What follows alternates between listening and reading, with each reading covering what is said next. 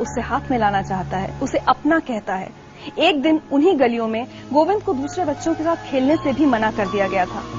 जानते हैं क्यों? क्योंकि गोविंद एक रिक्शे वाले का बेटा है।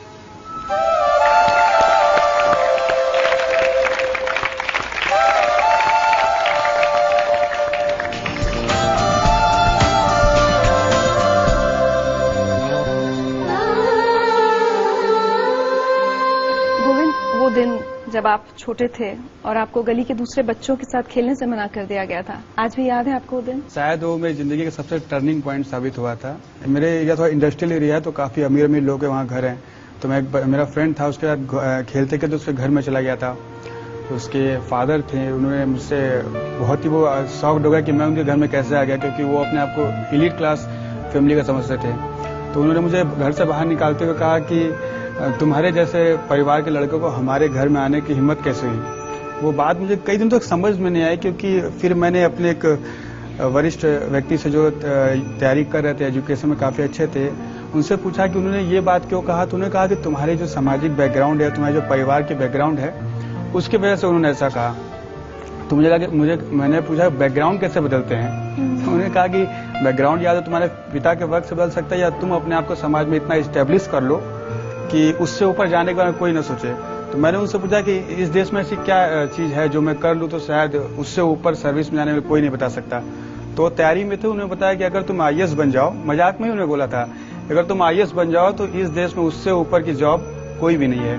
तो उसी दिन से मैंने सोचा था कि अच्छा मैं आईएएस ही बनूंगा, और उसका प्रतिफल था कि मैंने यूपीएससी की परीक्षा पहले ही प्रयास में निकाल ली थी। मतलब 6th स्टैंडर्ड आप बता रहे हैं, तो शायद 12-13 साल की उम्र रही होगी आपकी। बिल्कुल। उस उम्र में आपको ये बात इतनी चुभ गई थी कि आप कहते हैं कि उसने आपकी जिंदगी की दिशा बदल दी थी? हाँ, क्योंकि उसी समय मैंने तय कर लिया था कि मुझे इस सेवा में जाना है, और इतना ज्यादा मैं कंसंट्रेट इसके बारे में था कि लोग 10th करते हैं, 11th करते हैं तो सोचते हैं कि मैं इंजीनियर बनूंगा, डॉक्टर बनूंगा, उसके बाद वो लोग सोचते हैं कि मैं आईएएस बनूंगा। मैंने उसी समय सोच लिया था कि मैं आईएएस बनूंगा। घर के हालात कैसे थे? हालात खराब थे, लेकिन हम कंपेयर कभी नहीं करते थे कि हालात अच्छे क्या होते हैं, कि जिसके घर खर्चा पर डे 1000 वही अच्छा है, ऐसी कोई बात नहीं थी। लेकिन हाँ, प्रॉब्लम्स बहुत आती थी, खास करके कि हम लोग एक ही रूम में रहते थे, 5 लोग थे एक ही रूम में, मतलब खाना बनाना सभी काम एक ही रूम में होता था। तो माहौल बहुत ज्यादा टिपिकल था, जिसकी वजह से प्रॉब्लम काफी आती थी। दूसरे बच्चों को देखकर कॉम्प्लेक्स भी होता था कि मैं इन जैसा क्यों नहीं हूँ, या मेरे पास इतनी फैसिलिटीज क्यों नहीं है? होता था कभी कभी। कोई बच्चे का मन है जो 7th 8th में पढ़ता है, उसके मन में आ ही सकता है कि मेरे पास अच्छे कपड़े हों, जो हमें साल भर में एक बार मिलते थे होली पर। कई लड़कों को हर साल 3, 4, 5 तक मिलते थे। तो होता था, लेकिन छोटी छोटी बातें ही तो ज्यादा पिंच करती थी कि मुझे आगे और पढ़ना है, और पढ़ना है, और पढ़ना है। जो वो मैंने 6th स्टैंडर्ड में सोचा था उसे पूरा करना है, वो ज्यादा हेल्पफुल हुई गई। तो और जब आप बहुत पढ़ने की कोशिश करते थे तो अड़ोस पड़ोस वाले आपको काफी डिस्करेज भी करते थे, कुछ उल्टा सीधा भी बोलते थे? बहुत ज्यादा, थोड़ा तो नहीं कर सकता, बहुत ज्यादा करते थे। क्योंकि मेरी सिस्टर ममता जी, जिन्होंने पढ़ाई की नींव रखी घर में, लोग बहुत उन पर पिंच करते थे कि तुम्हें तो बर्तन धोना चाहिए दूसरे घर में जाकर, तुम पढ़ने के बारे में कैसे सोच सकती हो। हमें भी सोशल काफी लोग डिस्करेज करते थे कि पढ़ लिख के ज्यादा क्या होगा, एक रिक्शा या 2 रिक्शा रख लोगे, तुम भी चलाओगे, दूसरे से चलवाओगे। गुस्सा नहीं आता था गोविंद? आता था, लेकिन कर क्या सकते थे। या तो हम उसको उसी में निकालते लड़कर और अपनी स्थिति को वीक करते, या उसी एनर्जी को बचा कर रखे तो एग्जाम में लगाते।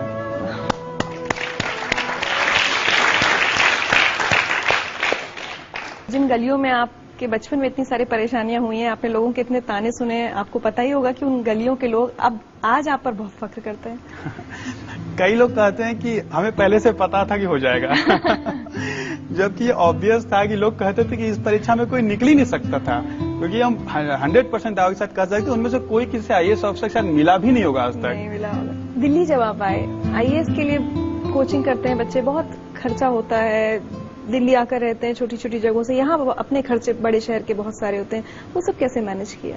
मेरे फादर के पास थोड़ी जमीन थी, उन्होंने उसको बेच दी स्टार्टिंग, लेकिन हम दिल्ली जाएं तो हमें स्टेब्लिश होने में या कुछ करने में कम से कम 1-2 महीने की जरूरत पड़ेगी, क्योंकि हम किसी को जानते नहीं थे यहाँ पर। सबसे छोटी छोटी गीता दीदी, उनकी इकोनॉमिक से थोड़ी ठीक थी, तो वो अपने ससुराल वालों से लड़के मेरी सपोर्ट करती थी, क्योंकि विश्वास तो किसी को नहीं था, केवल मेरी सिस्टर्स को छोड़कर। आपने बहुत खुद के लिए बहुत परेशानियां सही, टिफिन आप आधा खाते थे एक दिन में, हर चीज बहुत बचा बचा कर आप पैसे खर्च करते थे कि ज्यादा पैसा खर्च ना हो जाए। जो हमारी परेशानी थी कि हमने हाफ टिफिन किया, या एक बार तो था कि हम 150 रुपये महीना ही केवल बचा था, मतलब खाना के देने के बाद जो 2 टाइम हाफ खाते थे उसका 150 था कि दोनों टाइम अब चाय भी हम संभव नहीं था कि पी पाए, क्योंकि दिल्ली में 4 रुपए का 1 कप चाय होता है, तो इतना भी मेरे पास नहीं था कि हम दोनों टाइम चाय पी पाते। लेकिन इससे क्या फर्क पड़ा, हम और मजबूत हुए उभरे ना, और हमारी परेशानी थी, हमने उसको सॉल्व करने की कोशिश किया। उसका फिजिकल प्रॉब्लम बहुत झेलना पड़ा, बहुत कमजोर हो गए, बहुत बीमारियां हो गई, बट मेंटल बहुत हम टफ हुए उससे। सुनवाते हैं आपको। मैंने उसको पहली बार देखा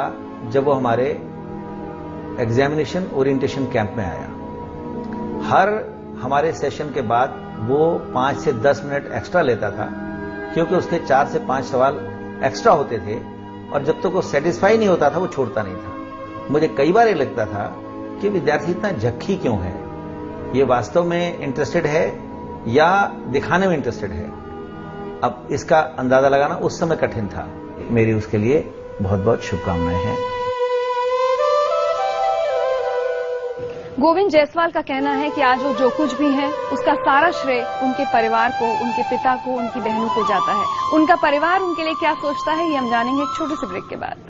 जिंदगी लाइव में आज हमारे साथ हैं गोविंद जायसवाल। बनारस में एक कमरे के घर में पले बढ़े, पड़ोसियों के ताने सहे, गरीबी देखी लेकिन हिम्मत नहीं हारी, और उसी की बदौलत आज वो एक IAS ऑफिसर हैं। आज आप जो कुछ हैं, जिस मुकाम पर पहुंचे हैं, उसके लिए किस किस को शुक्रिया कहना चाहेंगे, धन्यवाद कहना चाहेंगे? मेरी सिस्टर्स हैं ममता दी और गीता दी। ममता दी तो पता नहीं किस जन्म का पुण्य था कि ऐसा मिला था कि जब हम इंटरव्यू देने जा रहे थे UPSC का फाइनल एग्जामिनेशन था, तो वो प्रेग्नेंट थी, उनको कॉम्प्लिकेशंस कुछ आ गई थी, और मेरा इंटरव्यू था अप्रैल में, तो उन्हें डॉक्टर ने चेकअप के लिए बोल दिया था।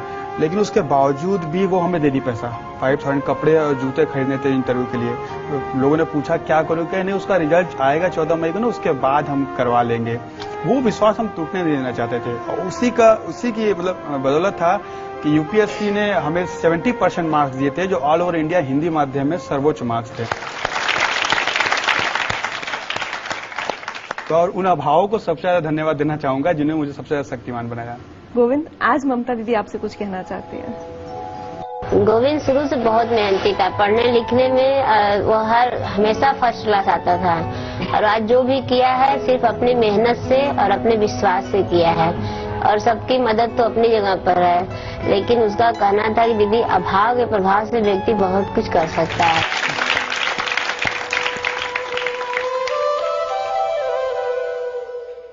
बहुत सी ऐसी बातें होंगी जिन्हें याद करके आज भी आंखों में आंसू आ जाते हैं। हाँ, अब जिंदगी ही अब चूंकि संघर्षपूर्ण थी तो उसको देखकर आंसू तो आ ही जाते हैं, बट लगता है कि आदमी अगर प्रयास करे तो कोई चीज असंभव नहीं रह गई है। पिताजी ने जब रिक्शा बेचा, वो एक तो उनके अंदर बहुत बड़ी खासियत है कि वो बहुत सिंपल पर्सन है, और वो कभी भी हमको गाइडेंस नहीं दी, इसलिए क्योंकि वो कहते थे कि हमें जानकारी नहीं है और अपनी जानकारी को हम तुम पर इम्पोज नहीं करेंगे। तो कहते जितना हमसे मैक्सिमम हो पाएगा, क्योंकि उनको तो 4 साल से पैर में सेप्टिक हो गया था, तो वो चल नहीं पाते, तो उनके पास 3-4 रिक्शा थे जिसके बल पर वो किराए पर दे देते थे। लेकिन कभी कभी एक साथ में पैसे की जरूरत पड़ जाती थी, तो उन्होंने कहा कि क्या हुआ, जो चीज है तुम्हारे लिए तो है, चाहे किसी के पास 2 लाख 4 लाख रहता है, हमारे पास 2-3 रिक्शा है, वो तुम्हारा ही है, तो उसको भेज देते हैं।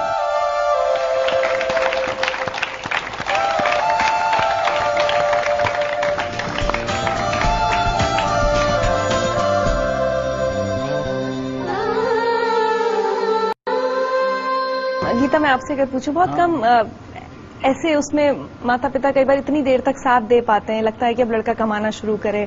आप लोगों को कभी लगा कि आपके पिता ने बहुत ज्यादा साथ दिया आप लोगों का? हाँ, मतलब साथ तो बहुत दिए, क्योंकि इनकी वो जो कैपेसिटी किसी तरह थी नहीं, फिर भी अंदर से कभी कभी इनका मनोबल टूट जाता था, तो हम लोग सपोर्ट करते थे कि नहीं, मतलब एक चांस तो देना ही चाहिए। आप बहुत होशियार थे, आपने बहुत मेहनत की थी, तबियत अपनी खराब कर ली थी, सब कुछ किया था, लेकिन आज भी ये ख्याल आकर रूह कांपती होगी कि अगर सिलेक्शन नहीं होता तो उस दिन क्या होता। 14 मई को आपका रिजल्ट आया। सच पूछे तो हम इसका आंसर दे रहे हैं, गोविंद का तो कुछ होता नहीं, लेकिन न जाने कितने लोग मर गए होते, मर जाते, सही बता रहे हैं।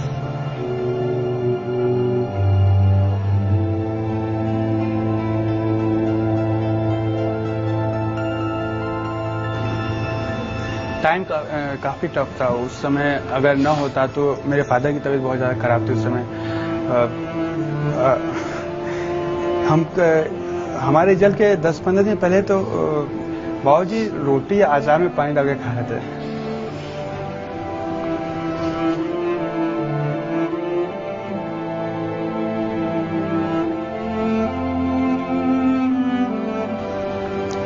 तो ऐसे सोचे कभी नहीं, बट न होता तो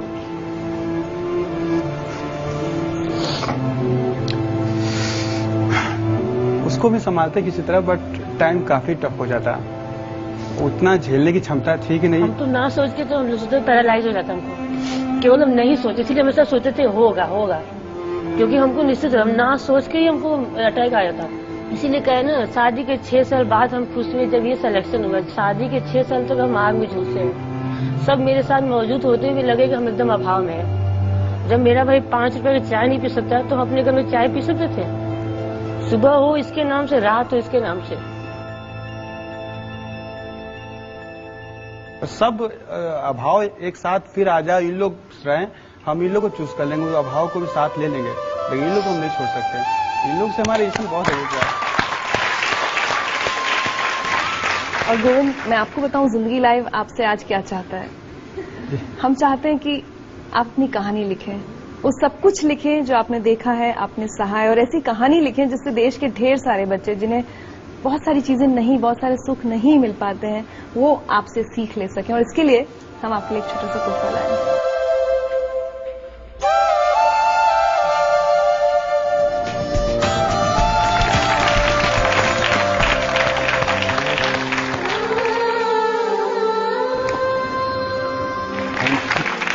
और आज हम चाहते हैं कि इस परिवार के लिए, ऐसे पिता के लिए और ऐसी बहन के लिए हम सब अगर खड़े होकर तालियां बजाएं, इस परिवार को हमारा सैल्यूटेशन।